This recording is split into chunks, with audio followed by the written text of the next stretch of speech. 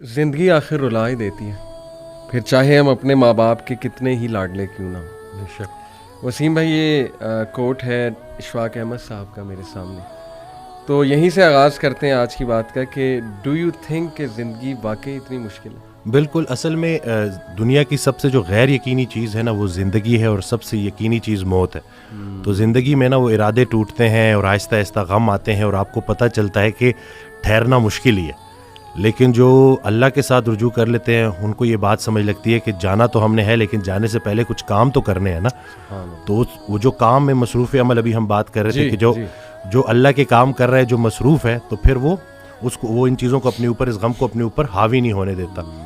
حضرت واصف رحمۃ اللہ ایک شعر پڑھا کرتے تھے کہ غم بھی گزشتنی ہے، خوشی بھی گزشتنی، کر غم کو اختیار کے گزرے تو غم نہ ہو۔ تو یعنی کہ غم کو قبول کرنا ہے، اس کو ریڈ کرنا ہے، اور اس میں نا بڑا لیسن ہے۔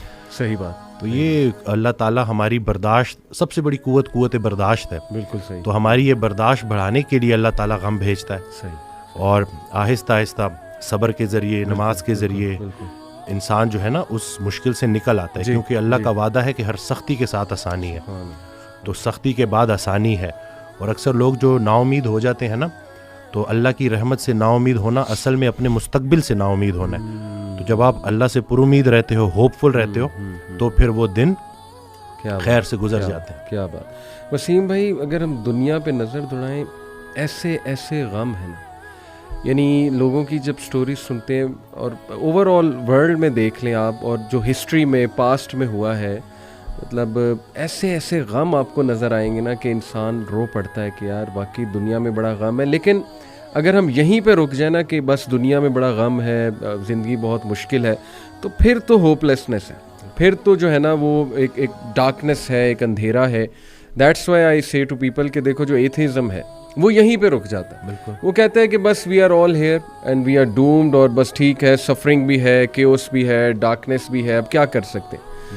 بٹ جب تک اسلام ہمارے پاس ہے نا وسیم بھائی، دیکھیں اللہ سبحانہ و تعالیٰ نے پہلے ہی ہمیں بتا دیا، جیسے آپ نے کہا نا ایکسیپٹنس، بالکل، اللہ نے ہمیں ایکسیپٹنس دلائی ہے کہ دیکھو اس کو ایکسیپٹ کرو کہ یہ دنیا ایک مشکل کی جگہ ہوگی، یہاں تمہیں مشقت کرنی ہوگی، اسٹرگل کرنی ہوگی، وی ول ٹیسٹ یو، ہم دیکھیں گے تم میں سے کون ایمان والا ہے، کبھی بھوک سے، کبھی خوف سے، کبھی خوف کا انفیکٹ ذکر ہے کہ خوف سے ٹیسٹ کریں گے۔ آئی تھنک انگزائٹی میں خوف کا ایلیمنٹ کافی جو ہے وہ حاوی ہوتا ہے۔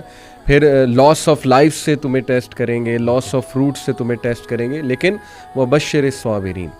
اور دیکھیں اللہ نے پورا طریقہ بتایا ہے کہ دیکھو نا امید نہیں ہونا ہے، اگر یہ پرابلمز آ جاتے ہیں تو پھر اللہ طریقہ بھی بتا رہا ہے کہ تم نے ہوپ کیسے پکڑنا ہے۔ جیسے آپ نے کہا کہ نماز ہے، پھر صبر ہے، تو how amazing is the philosophy of our religion. بالکل، سبحان اللہ۔ اور جو ایتھیسٹ سے جو نہ ماننے والا ہے، وہ میں اس کو یہی بولوں گا کہ وہ بیچارہ اللہ کی نعمتیں بھی استعمال کرتا ہے اور اللہ کو مانتا بھی نہیں ہے۔ سبحان اللہ، ٹھیک ہے نا۔ تو تحقیق جو ہے نا وہ آپ کو بعد میں وہاں پہ پہنچائے گی جہاں تسلیم پہنچائے گی آپ کو پہلے۔ تو جو سرنڈر کرنا ہے نا، یہی سب کچھ ہم نے کرنا ہے۔ ایک آڈیو میں وہ بیان کر رہے تھے حضرت، تو انہوں نے کہا کہ پورا سرنڈر کرنا ہے۔ تو جواب آیا کہ حضرت اتنی کمزور صلاحیتوں کے ساتھ پورا سرنڈر کیسے کروں؟ تو انہوں نے کہا کہ تم پورا سرنڈر کرو، تمہاری صلاحیتیں بھی پوری ہو جائیں گی۔ سبحان اللہ۔ تو یہ ہے کہ جب آپ پورا سرنڈر کرتے ہو نا، یہ جو اپنی کارسازی نکالو گے تو کارساز کی کارسازی سمجھ آئے گی نا۔ تو یہ جو اللہ ہے نا، یہ ہمارے ارادوں کو توڑتا ہے، اور نہیں آتی کوئی پریشانی اس وقت تک جب تک وہ بڑی پریشانی کو ٹالنے نہ آئی ہو۔ وہ ایک واقعہ سناتے تھے کہ ایک بندہ ایک اللہ والے کے پاس جاتا ہے اور کہتا ہے کہ میرا مکان نہیں بک رہا، تو دعا کریں۔ تو انہوں نے کہا کہ نہیں، تمہارا مکان نہیں بکے گا، جاؤ۔ تو وہ بڑا پریشان ہوتا ہے، پھر دوبارہ جاتا ہے، کہتے ہیں کہ آپ دعا کریں، کہتے چلو میں دعا کر دیتا ہوں، وہ مکان بک جاتا ہے۔ تو وہ اس اللہ والے کے پاس جاتا ہے اور اس سے پوچھتا ہے کہ آپ جب میں پہلی دفعہ آیا تو آپ نے کہا کہ مکان نہیں بکے گا، صحیح، اور جب دوسری دفعہ آیا تو آپ نے کہا کہ بک جائے گا۔ تو کہتے ہیں کہ پہلی دفعہ جب تم آئے تھے تمہارا ماتھا روشن لگ رہا تھا، صحیح، تمہارے ماتھے پہ خوش قسمتی کے آثار تھے۔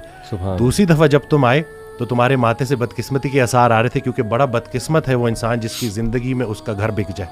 تو جو چیز تم اپنے لیے پسند کر رہے ہو، جس چیز پہ تم جشن منا رہے ہو، وہ اصل میں تمہارے استغفر اللہ کا مقام ہے، جس کو تم الحمدللہ کہہ رہے ہو۔ صحیح۔ انسان جو ہے نا وہ جلد باز ہے، وہ کہتا ہے کہ بس میرے اللہ کو اپنے مطابق چلانا چاہتا ہے۔ صحیح بات۔ اور اللہ نے ہمارے لیے کتنی خیر رکھی ہوئی ہے، کتنی آسانی رکھی ہوئی ہے، ہمیں خوش کرنے کے لیے اللہ کے پاس اتنا کچھ ہے، لیکن ہم جلد بازی میں اور نا امیدی میں اس سے محروم ہو جاتے ہیں. اور شیطان جو ہے نا وہ ہماری رگوں میں خون کی طرح دوڑتا ہے. صحیح. تو اس کا طریقہ واردات ہے ہی یہ وسوسہ دینا. وسوسہ جو ہے نا وہ ایمان کی نفی ہے, اور یقین جو ہے نا وہ وسوسے کو نفی کرتا ہے. کیا بات. تو ہم نے یقین کو پختہ کرنا ہے. یقین نور ہے, شک اندھیرا ہے. تو اسی طرح سے یہ وسوسے کے اوپر سوال کیا گیا تو حضرت کہتے ہیں کہ میرا اللہ پہ یقین بے گماں ہے جو علم بن گیا. تم بھی وہ یقین پیدا کر لو, تمہیں بھی علم مل جائے گا. زبردست. تو یہ جو شک ہے نا وسوسہ, یہ آج کل بڑا کامن ہے. ویری کہ یہ لوگ اسی وجہ سے نا اندھیروں میں ہے. جی جی. تو شک کی وجہ سے. بالکل.